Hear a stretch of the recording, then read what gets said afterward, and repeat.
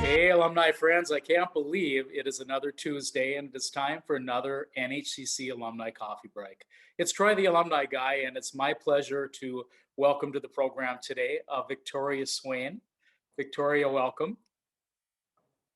And Hello, hello. I salute you, my friend. Cheers with the coffee mug.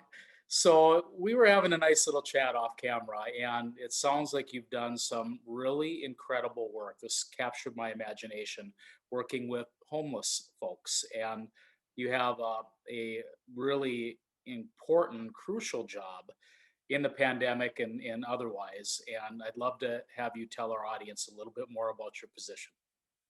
I am actually the clinical manager of the transitional recovery housing at Avivo.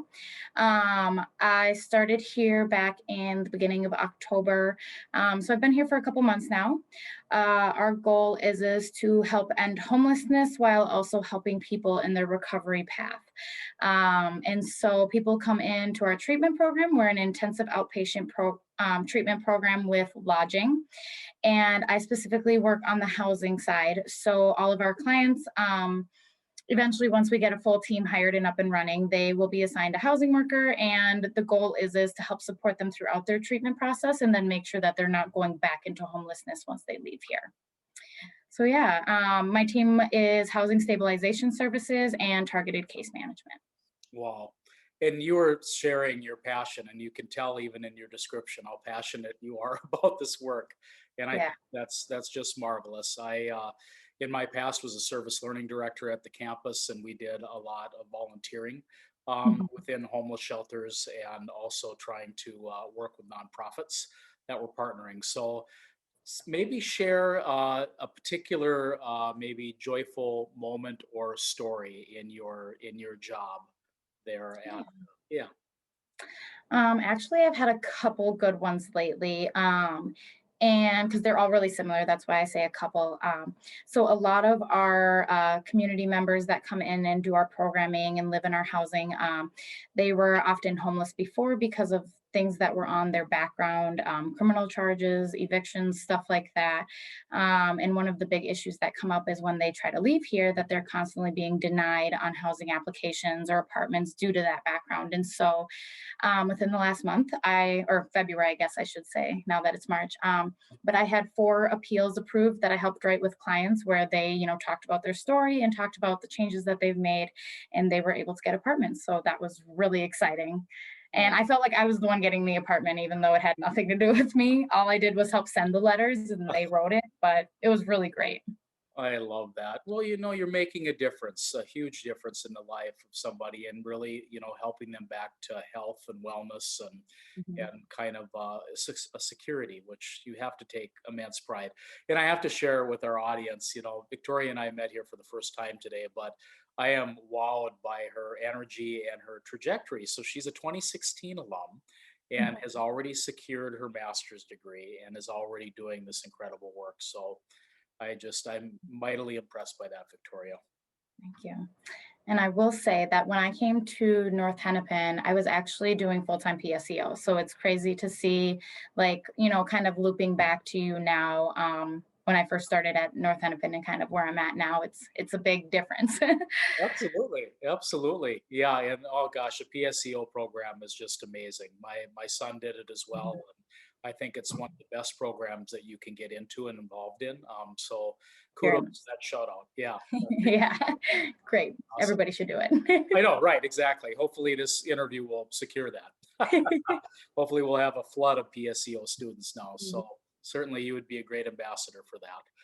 So often we will ask a closing question with our coffee break, and this has been wonderful to catch up with you. But share a favorite memory of yours from the campus.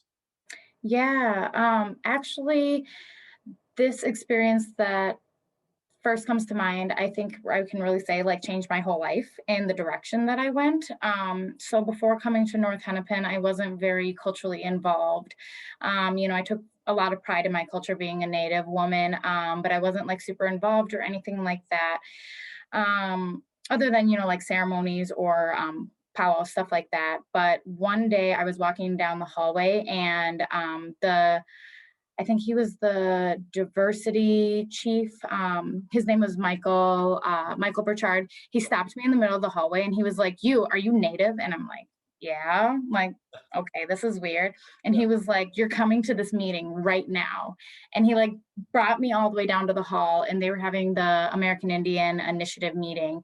And up until that point, like I'd never talked to anybody at school. I never was involved in anything. I kind of just did classes and I went home. And after that, like I was opened up to like this whole new community in North Hennepin, and it brought me, more involved in the community. It helped me get more involved in my culture. I ended up doing a lot of like social justice and, things pertaining to advocating for culture being brought in at North Hennepin after that point. And so I would really say like that is the best memory I have from there because it changed the trajectory of my life. And now like I have a huge focus on social justice and making sure that communities of color are supported in the way that they deserve to be supported.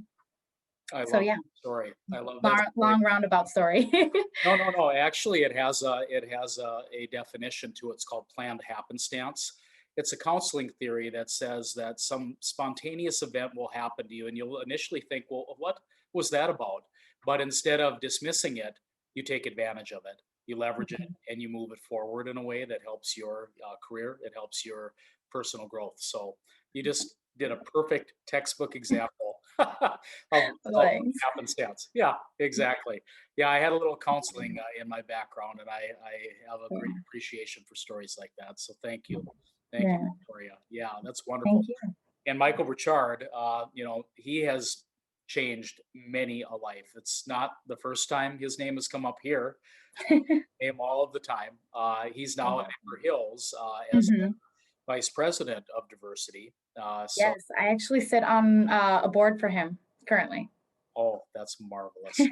Well, and I can tell you are a dynamic person, and I'm sure that is huge added value for Michael to have someone like yourself serving on a board like that. Yeah, that's marvelous, Victoria.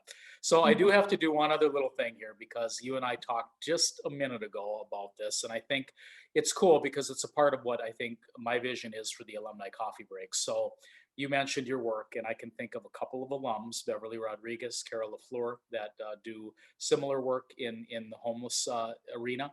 And we're going to connect them to Victoria just to kind of enhance the work she does. But alumni friends, if things come up where you can see an opportunity to interact with one of our coffee break people, I would encourage it. Networking is one of the top things that you can do in your career Mhm. to be able to advance. And Victoria did a nice job of underscoring that. Thank you. All right. Absolutely. Okay, my friends, on behalf of Troy, the alumni guy, and Victoria Swain, that wraps up another wonderful coffee break. Bye for now.